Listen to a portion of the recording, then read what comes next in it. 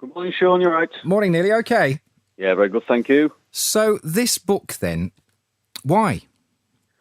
Well, I was a bit out of action earlier on in the year with a back injury, and I wanted some way to fill my time. And I grew up in Chesterfield in the 1980s, and I have lots and lots of fond memories. So I thought I'd like to do more around this and maybe put a book together. So I started this Facebook group, and it went absolutely bananas. The amount of hundreds and hundreds of people joined, they were all reminiscing, swapping the photos, and it was a really, really good vibe. I thought, I'm really kind of onto something interesting. And it just kind of developed. It just snowballed and snowballed, and this week the book is finally out. So it did snowball because the book actually is 81 pages long. So did the majority of these amazing pictures that you've got come from Facebook? A lot of them did. I started off, I've done it in partnership with the Derbyshire Times, and they were kind enough to give me access to their archives. But it was so topped up. I don't know if anybody gets a chance, go on to the Dirty Stopouts Guide to 1980s Facebook group, come and join us, and there is just so much stuff on there.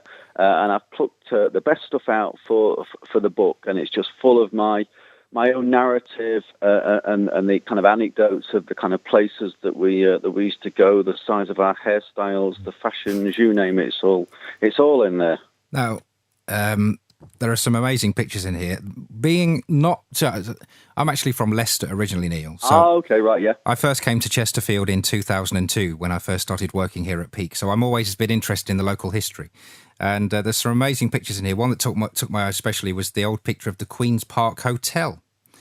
Oh, that was a big place that we all used to go towards the kind of late 80s, where they used to have kind of bands. That was one of the few places you could go if you wanted to listen to bands till kind of 2:00 in the morning. Don't forget in the 80s, all our pubs shut at 2:00, and if we wanted to go any further, we had to pay to go into a nightclub.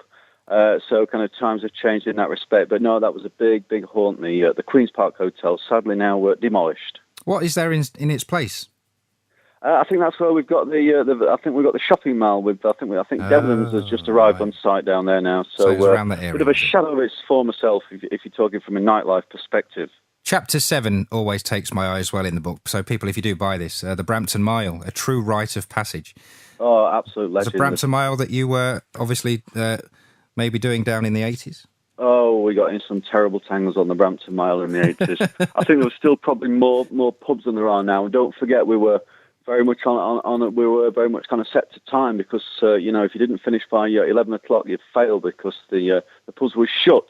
But I think we had about 18 or 19 pubs to go at that time. So you had to be pretty methodical, and you had to be very careful how you did it all. I used to have a few friends who would dare to start off, and they think they could drink a pint of lager in every bar. And if anybody's ever tried drinking 19 pints of lager, it ain't at all easy, especially if you're trying to do it in a 3 or 4 hour window. So they were quite challenging times. Thank God for the recession, Neil? At least you won't have to drink 19 pints now on the Brampton Mile. Absolutely. So, and you are actually having a launch night, aren't you, for this book as well? Yes, we're raising funds for Ashgate Hospice on September the 14th at the Winding Wheel. We're having a massive 80s reunion to celebrate the launch of the book, and it's proving very, very popular now. I think we've sold tickets all over the country so far, so it looks as though we'll be looking up to meeting lots of old friends that I've not seen for many, many years. So I'm looking forward to a really good night. Lots of big tunes from back in the day. So I think people locally should get this book, not only for the amazing stories, the amazing memories, all the reminiscing. Maybe you could even see yourself on some of these pictures that people have sent in. But as a fact, it's going to Ashgate Hospice as well, which is just fantastic. So if people want to buy this book, where do they go, Neil? Pop down to the Derbyshire Times or any of your local bookshops, and you should be able to get it there. It's selling it's sold out within 2 days when it first came out a day or two ago. So we've just been restocking places. Brilliant. Okay. Well, good luck with it. Thank you so much for coming on this morning. Thank you, Sean. It's the Dirty Stopouts Guide to the 1980s of Chesterfield. Neil Anderson has written it, and best play an 80s song really after this. Thank you, Neil.